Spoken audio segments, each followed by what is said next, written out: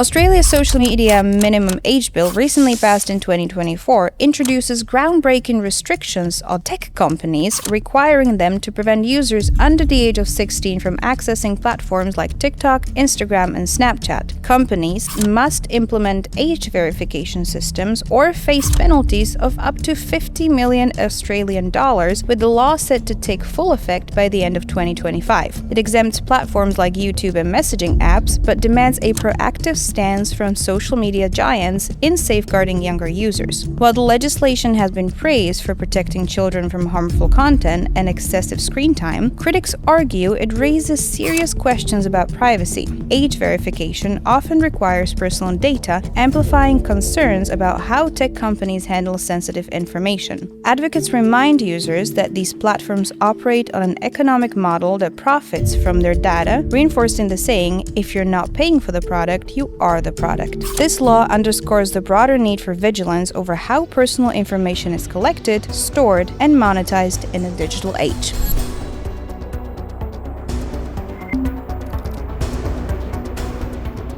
Welcome to the latest episode of Unlocked 403.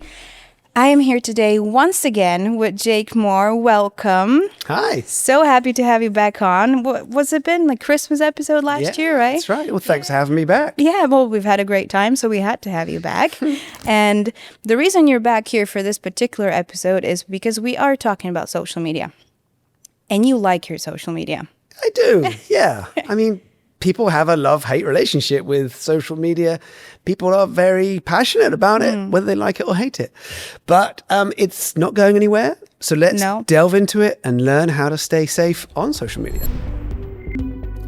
Do you have a favorite that you use? Yeah. I mean, if we're going to be able to say LinkedIn as a social media, and I like to see it as a social media, then that's got to be my number one. Okay.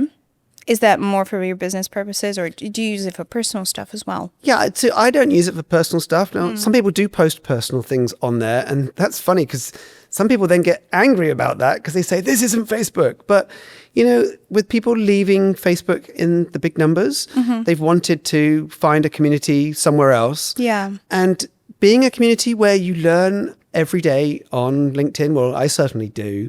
And I follow some amazing people that give me insights, not just into cybersecurity and technology, they give me insights into so many different industries. And I'm always looking into the future to see what's happening. Yeah. I can see that happening across so many people around the world as well. And certainly from people that I've never met. I'm very happy to connect with people I don't know on it, which is what I wouldn't have done on Facebook. You actually taught me to do that. I never used to connect with people I didn't know on LinkedIn, but you were the one who told me to do it. Oh, great. And it's great, and I love it, yeah. Well, we do it on other platforms. We would follow people on Twitter, X, wouldn't we? So for good reason. And I think LinkedIn does the same thing. I might not know someone who's in a different industry, like face to face. Yeah. But if I'm interested in what they're sharing, then brilliant. That's extra information that I can absorb at any ease that I want. There are some downsides to using social media. I mean, I started this episode by talking about kids under the age of 16, but of course there's a lot of harm that can be done to adults as well, especially with our personal information. What do you think about that saying, if you're not paying for the product, you are the product? And why do you think that applies to social media in specific? Yeah, that's a really interesting way of putting it. When I first heard that, it really made me stop and think. There aren't many lines like that make me stop and really digest what I've just listened to. And I really like that one. I still do. And I use it every day. Well, yeah, because it's right. And people don't want to pay for any app, okay? You know, people don't want to pay for these services. Yeah. But they've got to fund their business model. I accept that. That's usually in the format of advertising, so very micro-targeted advertising. We see that brilliantly done on Instagram, for example. They know so much about us.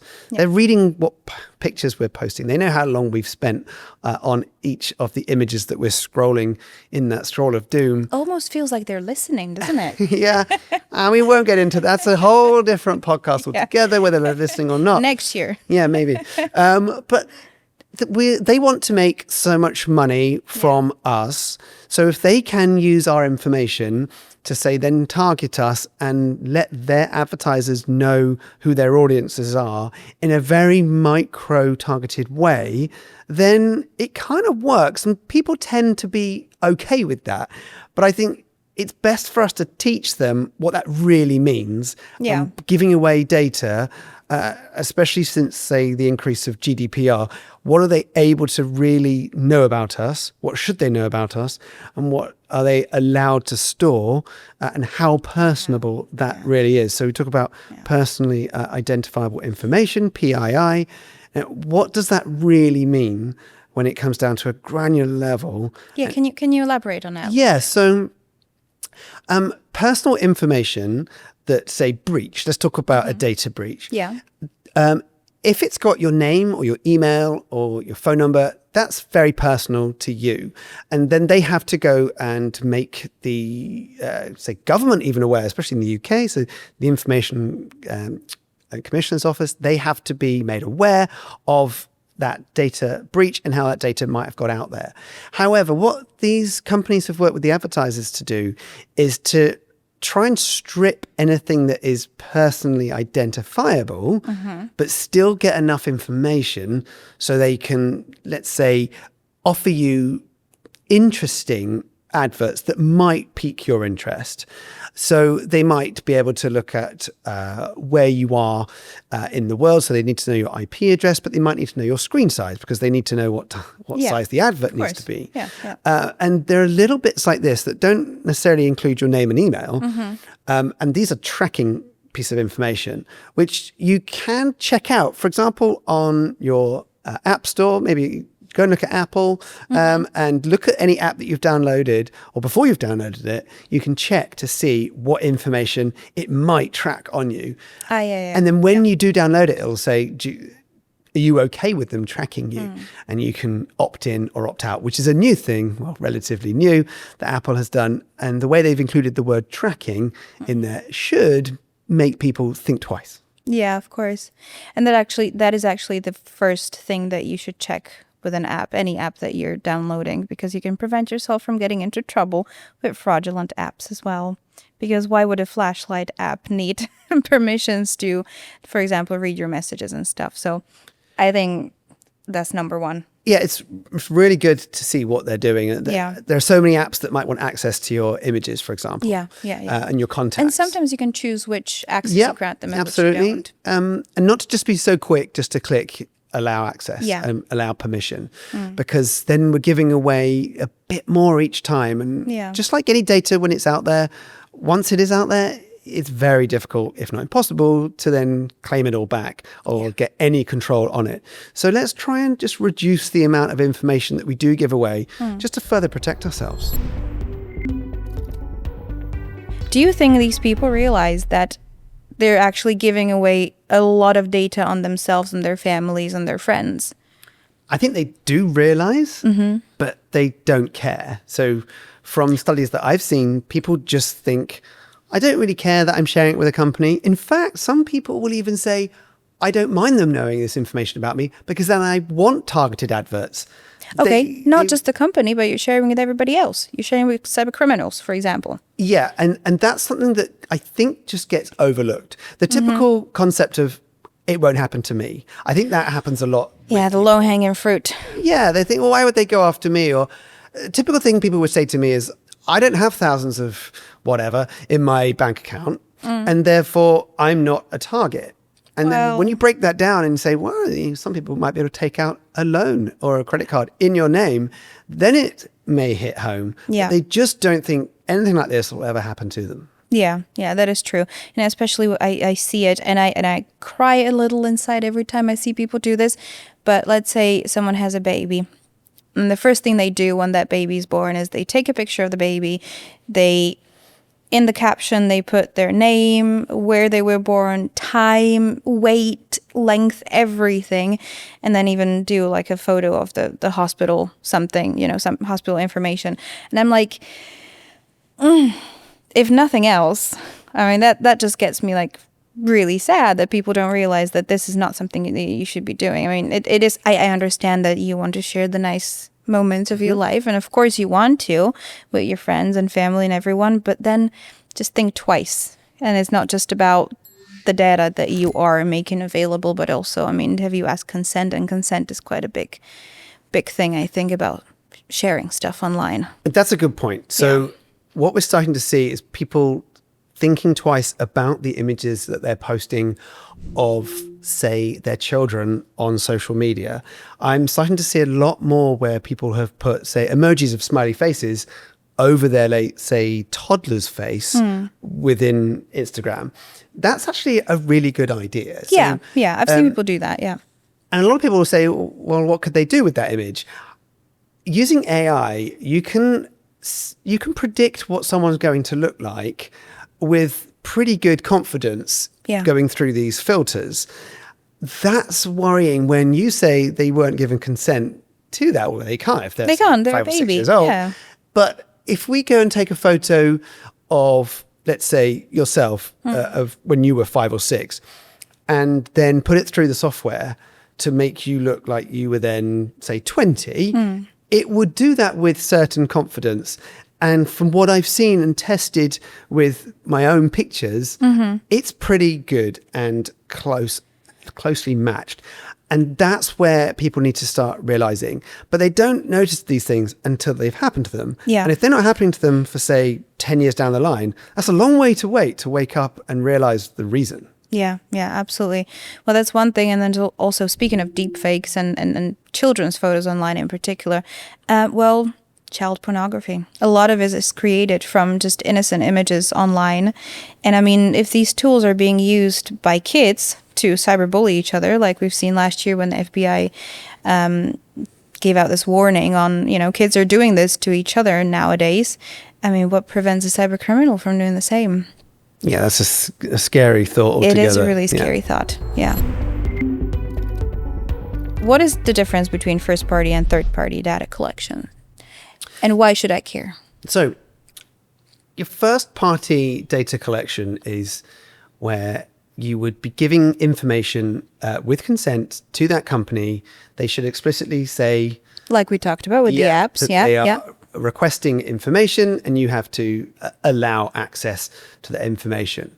Where it becomes a bit of a grey area is if that company were to share it with other third parties that you may not be aware of, or you didn't realize you were consenting for them to have access to that data. When we amplify the amount of data that we've got out on the internet on us with very impressive algorithms that are, let's say, AI for this reason, it's insane how much they can do with that, and learn so much about us and target people. Again, people might not think that's even an issue, but when we've seen identity theft around the world become even more of a problem, people are able to, say, take bank accounts out in other people's names. I've seen phone contracts taken out in other people's names due to data that they found on the dark web that has been stolen from companies that have got lots of data on people. That's then attributed to a financial issue. And then the knock-on effect is, say that person who's had this issue happen to them then wants to go and take out a loan, or let's say a mortgage, for example. They're then blocked by the bank because they've, say, not paid a bill they didn't even know about. Yeah, horrible. And you've seen these things happen when you worked for the law enforcement, correct? Even more so now. So yeah, I did work for law enforcement, and we were starting to see the real beginnings of creative criminal minds work out the pitfalls and work out what they can do with data. And data has become a currency in its own right over the last few years. I'm noticing more and more where the prices is just going through the roof. And that data can be all put together for a whole host of reasons of what criminals can really do with it. And when that is attached to your finances, then we've got some serious problems. Yeah, absolutely. But there is something called data minimization as a principle that tech companies should follow, social media companies should follow. Do they? So, and can you elaborate on what it is? Okay, so companies don't necessarily need every piece of information about you. Yeah. They'll ask for it. They want you to be handing over everything. They want you to be on their feeds every day. They want you to be addicted to their social media feeds. That's one of the really Well, you sad are a parts. user. Yeah. You know, there's Yeah. only one other industry that uses users. Yeah. So Point. So they want you to be on there. They want to learn about you. And because of course it comes back to the fact they can advertise more when they know more about you. yeah. But you've got to question why they need it and should you give it to them? The answer is probably no, you don't need to give all that information. If you can use other information that's not genuine, then that's equally a good idea of not putting it in there. So looking for the asterisks that say you must give the details of this. They don't need to know where you live. For example, on some sites, if you're buying a service which doesn't come through the post, it may not always need your home address. So why give it to them? Are there any effective settings on these platforms, like privacy settings, that you personally would recommend people enable, disable? Yeah, so always look at the apps and what they're asking to track, and try to minimize that by turning off them all, and then only using them when you need them. So if you want to, say, use Instagram, and if you don't want to post anything, but you want to view everyone else's, you don't have to give it access to your photos. Yeah. Because you're not actually going to be sharing anything. Oh, So true. When you go to post an image, it then says, whoa, hey, I need some access. It might say limited. It might say, can I have full access? Yeah, and then you can choose the ones. You can choose the ones. Yeah. So, and that's good. Most people just go, I want do that? these. I will choose which ones I'll give Okay, it. so you don't give it access. I don't to like photos. giving full access to everything. Where it really strikes me is sometimes these things will change in the background, and that really bugs me. They do? They might be one day, say, limited, and then the next day, without you knowing, it can be full access granted in something or other. Or I might have missed it by accident because it's in amongst another load of settings. T's and C's, for example. Oh, one thing I would throw in there, T's and C's. If we're ever going to flabbergasted. If we're ever going to look at T's and C's, no one reads them. The other day, I decided to put the T's and C's from my website into a ChatGPT, and I asked it, "What should I be cautious of here?" It wasn't any of my data; it was the T's and C's on the website. So I thought, why not? I can put it into it, and it came back saying, "Oh, this is something that you should be aware of, and everything else seems to be okay. And if you're all right with it, then go and click it." Because I'm not going to read the 300,000 pages In a very small font. yeah, because most people are just going to tick it, and that's fair enough. Anyway, try and minimize everything when it comes to those apps. And as you go, then allow access to whatever it requires. But also, each app is different. Yeah. So it's really hard to say, go to here and then there. Yeah. Apart from, I would say, go and look at the settings within the app and then see what it has on offer. If it's got anything like the word privacy, go and click on it. It might seem a bit boring, but does Instagram need to know my location all the time? No, it doesn't. Metadata. What is it? So metadata is really interesting data that will sit inside a file, let's say an image. So if you take an image on your, let's say, iPhone, the iPhone captures loads of data. Yeah. Actually, you can turn off the location metadata for all images going forward. Yeah, but then it's quite nice to look back at like, oh, and It's I was nice again. there. It's the convenience again. Yeah. I don't. I know where I was when I took those images, so I don't put the location data in my images. But you will find that there's a created date, maybe a modified date. There might be it doesn't tell you how it was edited, but it will tell you that it was edited on a certain date. And there's information, what camera was used, what the size of the image is. And this information is interesting to some people, and maybe they want to use that image in other ways. But to most people, it's a part of the file that doesn't really matter. So Yeah. most people would never really care about it. Now, most social media platforms reduce or delete the metadata before it goes up onto their systems.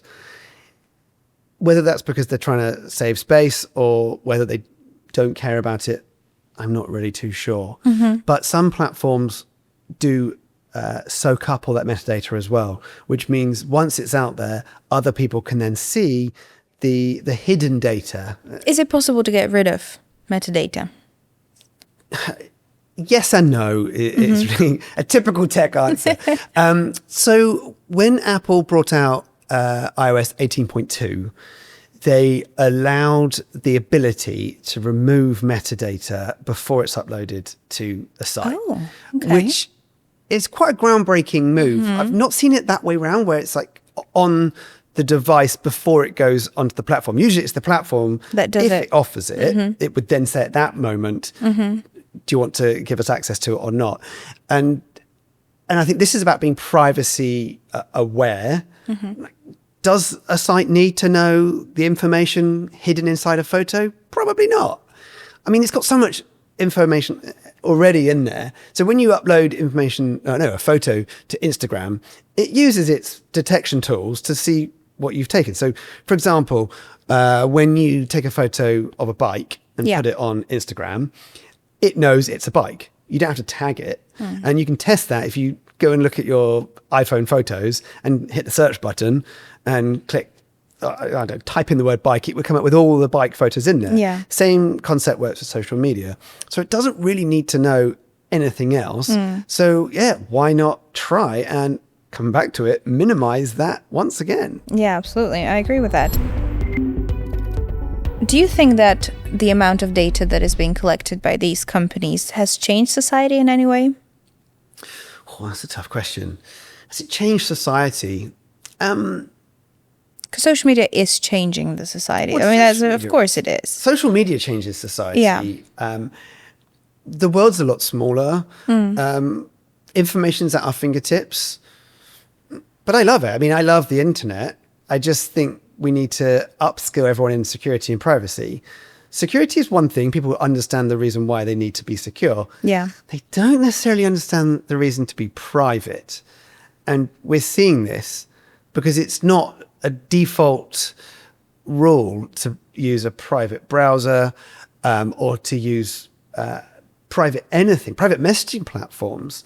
It's not the default. Yeah. People want the ease and don't care about the spillage of potential data. And so that's just something that we're hopefully going to see more of in the future. Yeah, absolutely. I find it difficult because I do like to use these more secure messaging apps. And I find that not many people are on board because it's, again, convenience. It's not convenient. Yeah, we saw that at the start of the pandemic with more people trying to use, say, privacy-focused messaging platforms like Signal, which did a great job of advertising how it worked and how it wouldn't store information on people, still end-to-end encrypted, to try and compete with WhatsApp. But until you have your whole network on the same platform these days, it's not like texting, exactly. which you'd assume anyone with a mobile phone can send and receive a text message. They have to have the app to be within access of that platform. So you've then got to get some people to download, and to their point, another app. They don't want to do that. So the ease of use is what I think is the biggest competition when it comes to privacy. Yeah. Can we talk about the ethics of data collection for just a little bit? Is it right for companies to store all this data on us? That's the question. Probably not right. Is it ethical? Probably not. Do they need it? No, but they would argue that they do. They would argue they need to know our connections and our movements. And they're trying to make money, these companies. I get that. You know, they are businesses. They've grown at such a rate, though, that the beast is now out there. and there are so many that say run the world of social media and data collection. But having control over those is down to localized governments. So if we look at the UK, it's trying to take a hold of that. We've got the Online Safety Bill, the Digital Marketing Act. There's lots going on there. And in the US, which the UK tried to follow and emulate. But then we've got Australia, who've gone out on their own and said, you know what? Banning under 16s. Yeah, ban under 16s, which is so impressive.